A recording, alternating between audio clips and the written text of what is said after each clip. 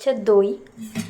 এর আগে কোনোদিনও পাতিনি, তো তার জন্য দেখো দুধটা ভালো করে গরম করে নিয়েছি। মানে এতটা দুধ ছিল, ফুটিয়ে ফুটিয়ে এই যে গরম করে নিয়ে একটু ঠান্ডা হতে দিয়েছি। এখন হচ্ছে উষ্ণ উষ্ণ গরম আছে, তো উষ্ণ গরম দুধ। আর এটা হচ্ছে দই পাতার জন্য তো দই লাগবে, তো কোনোদিনও তো পাতিনি, তাই ভয়ও লাগছে যে কেমন কি হবে। তো দেখা যাক কেমন হয়। ফার্স্টে এই যে দই দিয়ে একটু মাখিয়ে দেবো গায়ে।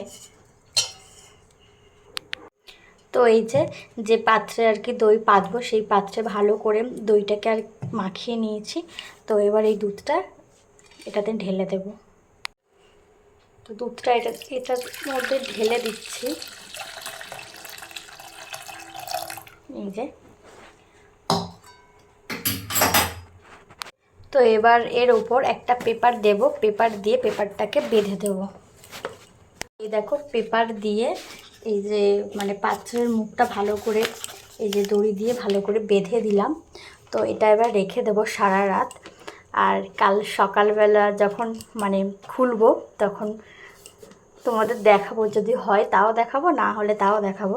তো দেখা যাক কেমন হয়। আর তোমরা কারা কারা দই পেতেছো, কাদের কাদের দই পাতা ভালো হয়, কীভাবে পাতো সেটা একটু জানিও তো। তো আমি তো এইভাবেই ফার্স্ট টাইম পাতলাম। এখন দেখা যাক কাল সকালবেলা যখন খুলবো কি হয়। এসছি রান্নাঘরে, তো এখন ভয়ে ভয়ে এটা খুলবো। খুলে দেখি যে হয়েছে কি হয়নি।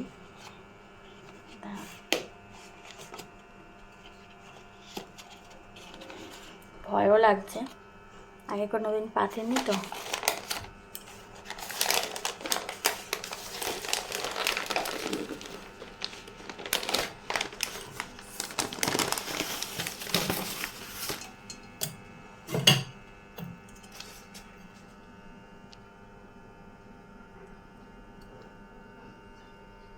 এই যে হয়েছে মোটামুটি।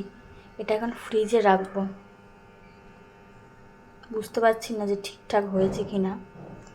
আমি দই খাই না, তো বাড়ির সবাইকে দিয়ে তারপর দেখবো যে এটা হয়েছে কি না। এখন ফ্রিজে রেখে দেবো। তো এই যে কিছুক্ষণ ফ্রিজে রাখার পর একদমই এরকম জমে জমে গেছে। তো ফার্স্টে আমার শাশুড়িকে টেস্ট করাবো, দেখি কি বলে।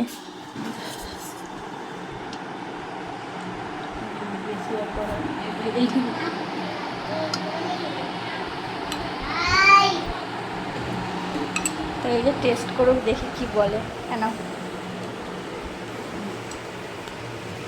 খেয়ে বলো তো ঠিকঠাক টেস্ট হয়েছে কিনা সেটা বলো। দোকানের মতো টেস্ট হয়েছে, মানে দই মনে হচ্ছে, তার মানে বানাতে পেরেছি। এরপর আবার বানাবো। টক দই লাগছে না একটু মিষ্টি মিষ্টি লাগে? অল্প করেই চিনিটা দিয়েছিলাম, যেহেতু টক দই বানাবো তা বেশি চিনি দেইনি সেই জন্য।